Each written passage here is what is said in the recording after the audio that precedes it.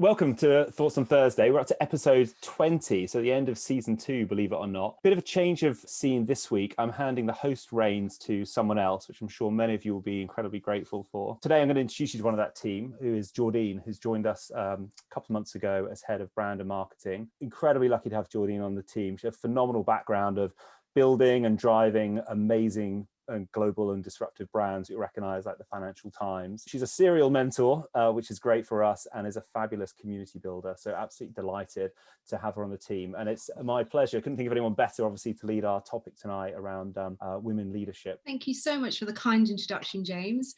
And welcome everyone to Thoughts on Thursday. This is our Women's Hour, which I'm super excited to bring to you. It's the first in a series of topical debates and discussions that we're going to be hosting on Thoughts on Thursday, which feature women and who will be leading the discussion. So really hope that you enjoy this evening. Good evening, everyone. So my name's Jennifer. I've been in the industry for 15 years. So I started when I was 16. I started as an administrator, just a general hotel administrator, and worked my way up through an events team. And when I was 23, I got an opportunity to go to Dubai. So I worked for some big brands over there for 7 years. And then I recently moved back to London in January, and now I'm a commercial manager at Kimpton Fitzroy London, which is an IHG brand. Hi, everyone. My name's Candice de Cruz. I currently head up the luxury brand portfolio for Marriott across Europe, Middle East, and Africa. I define myself as much as a corporate leader as a strong mama. I have been fortunate enough to have a daughter who I believe teaches me a lot of life lessons as well as corporate lessons that I use in my day-to-day conversations with my teams as well as my colleagues. I started my career on the agency side in PR, but over the years, hospitality happened to me by absolute chance and not by design. But today I truly define myself as a hotelier, someone who lives, breathes the service industry. And I don't think it'll take me a lot to move away from the hospitality industry. As they say, once you're in it, you can't walk away. It gets into you, under your skin. So I truly enjoy it. And this subject matter is extremely close to my heart. When James sort of got in touch with me, I said, absolutely. I try and do a lot around women's empowerment. My name is Birgit. I'm originally from Europe. For me, it's actually good morning because I'm on the west side of Mexico. I don't know why I chose hospitality, but I really love the business. It was kind of my choice to do it. I have a very traditional European-like education with apprenticeship.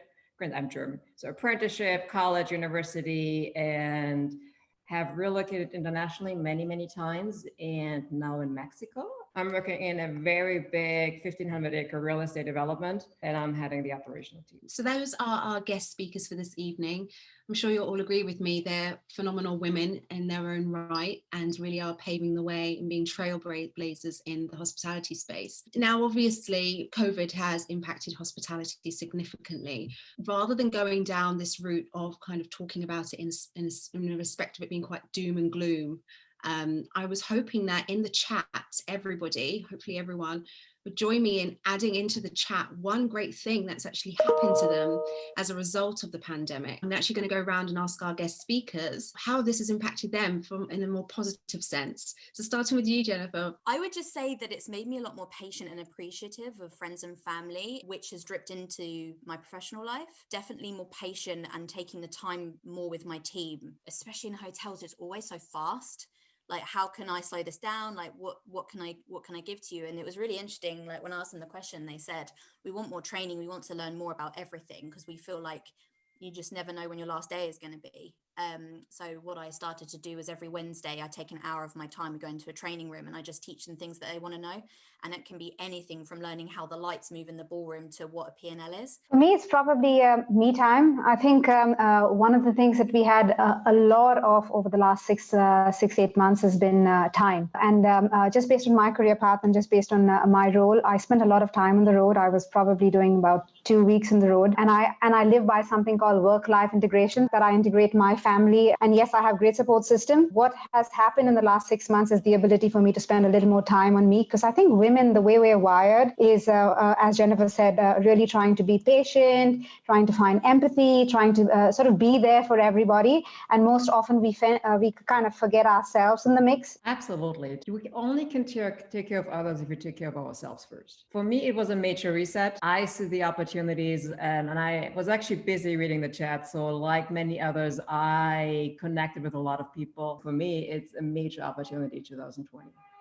and I'm looking forward to 21. I'm looking in our chat. We kind of got similar things that have come back from kind of those online with us tonight. You know, people are actually talking about someone here, they got their first like management role after the first lockdown. So that's such a lovely thing to kind of see, is that somebody's also getting opportunities throughout this time as well. So it's not all doom and gloom. Someone started an MBA. I love that. Thanks so much, everyone, for kind of giving us that feedback. I wanted to throw the question out there. So a lot of us on this call, we're inspired by all of you, but we're quite keen to better understand who you look to for inspiration. So in terms of inspiration, I'd say today it would almost seem incomplete if I didn't say that Kamala Harris is on many women's minds for the sheer fact that she's changed the course of history in many ways. I've looked at Michelle Obama quite a bit. I think she's another strong woman, a woman as much in terms of she's as strong a woman as she was a devoted wife. I completely 100% agree with you.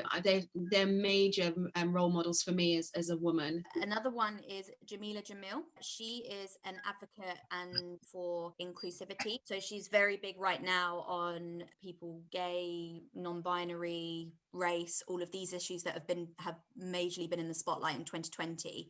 Just an incredible woman, someone to really look up to. But I read a book earlier this year that really changed my mindset, and it told me to basically just really look at what you're looking at every day online, because I think we can all be a bit robotic about Instagram and social media in general, and just kind of like scrolling through and not really thinking of what we're absorbing. And I did a massive cull, and I decided to stop unfollowing all of the Kardashians. And I've never been happier, and actually consciously following women that are actually going to benefit me. So I think that's such a great thing that you've done, Jennifer, definitely, to acknowledge that, identify it, and then actually act on it and do something about it. I will add a couple of other women that I have been inspiring. One is Amy Blaschka. She is not as well known. She's a ghostwriter on social media. She's always positive, and she shows humility, but she also exactly tells you she had a major desire in changing her career for passion. And I think that's fantastic. It's like, just because you chose something at the beginning doesn't mean that that's what you have to follow. It's like, follow your passion. And she always is positive, empowering women, teaching women, and kind of really giving back. And those women are the ones that are inspiring to me. They're really who they are. They're willing to help, and they're actually always there for others. Love that. One that hasn't perhaps been mentioned for me, Meghan Markle, is quite an inspiration. I think I can really relate to her. She's kind of a similar age. I think as well, just kind of having that courage. You have to take the leap. So many things we often hold back as women, and consider all the options and all the possibilities. And I did read in the summer that, you know, when a job spec, women will have a look and see whether they've got kind of 8 out of 9 of those skills that they're requesting. And if we don't, we tend to kind of women are about it, probably won't apply. Whereas they said on the flip side, like, guys would have a look at that job description. They'd be quite comfortable applying if they even had like half of those skills, even less than half. Their philosophy is, I'll learn on the job. And it's like that sort of huge determining factor as to why there's not as many women in the hospitality sector. We have under 30% of women in hospitality. And is it because we're kind of really kind of worried or not being courageous and brave enough really to go and push forward?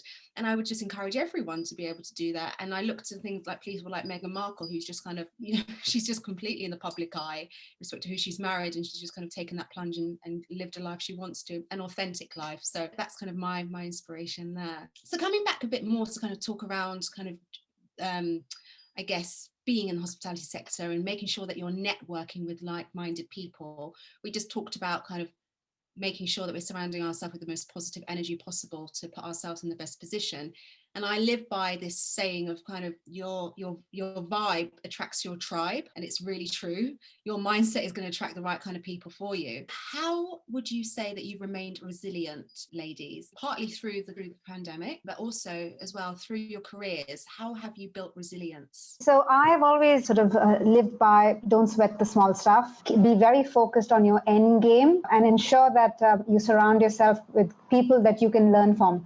I'd say one of the biggest things that has come out of the last 6-8 months is embrace change with open arms. Change is good. I believe change is very good. It teaches you things about yourself that you will never know. I think it's so important for all of the young professionals that are listening now. You do get through the other side, and all of us together will get through this pandemic. And the hospitality industry, oh my God, it is going to bounce back so quickly.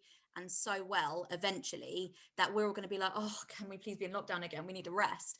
And I just want to say that, yes, it's really important to stay positive, and there are, you know, techniques and things that I could give and pointers I could give people, but equally you do learn more about yourself going through the tough times and going through hardships. I think there's a big part for me is really, you can choose your mindset and your attitude. And it's like, we're all human. Life's not fair. We all know that. So I think it's really depending how we choose, we go through it. And I think tapping into both what Jennifer and Candice said, it's really learn as much as you can and take really the energy, no matter what is positive and negative, turn into something positive and move forward, look forward. Ask for help. Always remember, there are so many people in your network. You grow your network on LinkedIn, and you might be able to reach out to somebody or tap through LinkedIn through somebody into a community that is able to give you some uplifting. One thing I want to tap into, though, is what Jennifer said is important, is like, take care of yourself and also make sure that you are well and acknowledge your feelings. If you need help, ask for help.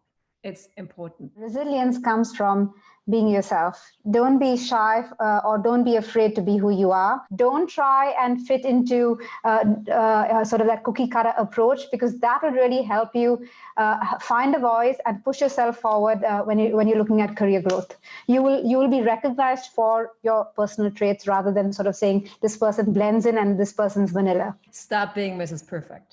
I think that's kind of like what I tell people, is because all of us have made the mistake. And I think Jennifer kind of somewhat said it earlier when she said she unfollowed the Kardashians. It's more like, that life is not normal. It's like, nobody has that life. Stop being Mrs. Perfect or Mr. Perfect and really be authentic. And you'll just be exhausted trying to get that kind of life. I love it. And the chat is going crazy tonight. I love all of this. You can tell we've got loads of women on the call. There's just loads of chat going on. It's never happened.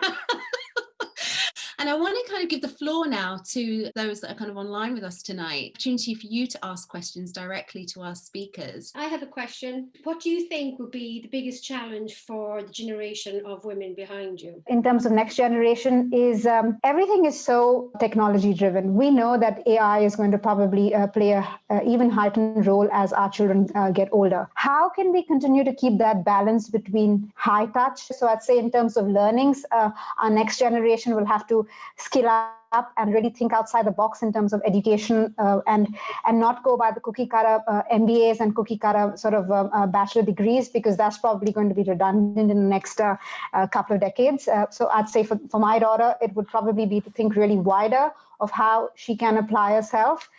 And I'd say another area in terms of next generation is everything is so technology driven. We know that AI is going to probably play a even heightened role as our children get older. How can we continue to keep that balance between high touch and high tech? How can we really humanize our children to understand values, virtues, things that we've been brought up on, things that define us? How can we make sure that they really continue to keep those things? I spoke about humility and kindness. How can we ensure that that remains and it's not robotic, it's truly real? I'd say for me, those are the areas that I would focus on for the next generation, because I have a child and I have a daughter, so that's absolutely top of mind. I will say something quickly that I think is important. I think one of the things that where women have gotten a lot more in the spotlight recently, also with diversity, inclusion, and belonging. I think the one thing we really have to learn is selling ourselves. I think we really are, and I'm the best example. Like, I will literally, if anybody asks me, well, tell me about yourself, I'm like, okay. Like, and then I ask my brother and he's just rattling down and there's no issue. So I think that's going to be like one of the biggest things, is like that we stay human, but we also really take advantage of being human, but really learn as women to what does it mean to be you? What does it mean to be a woman? And really talk about it. This has been one of the, an incredible, phenomenal. People are asking for a part 2. I don't mind doing a part 2. Yes. Oh, I'm so glad you said that. So my hope was that this was going to be a huge success and a huge turnout, so that we could, as I said, have Women's Hour each month, and we will talk around kind of just general issues, topics, topical debate, that sort of thing, but just keep that theme of having our women leaders jump on and have a conversation with us all. So I'm really glad that this has been a success and everyone's enjoyed it. One of the things I'd like you to take away is just to let your work speak for itself, but just make sure your work speaks for itself, and that sets you aside. So as long as you're delivering and as long as you're staying true to yourself, that's all that really matters. So that's just kind of a thing that I wish I'd known, rather than trying to please everyone else, just kind of do a fantastic job and make sure that you're happy at the end of the day. So thank you to everyone that's joined. I'm not going to keep you too much longer, but thank you. It's been such a pleasure talking to you all. Thanks again to our incredible women guest speakers. You're all inspirations. Be prepared to see more of this happening across the Growth Works. Thanks you so much, everyone. Thanks so much for having us, guys. Thanks, everyone. It was amazing. Thank you for the great conversation. Thank you. Bye. Thank Bye. you so much. Bye-bye.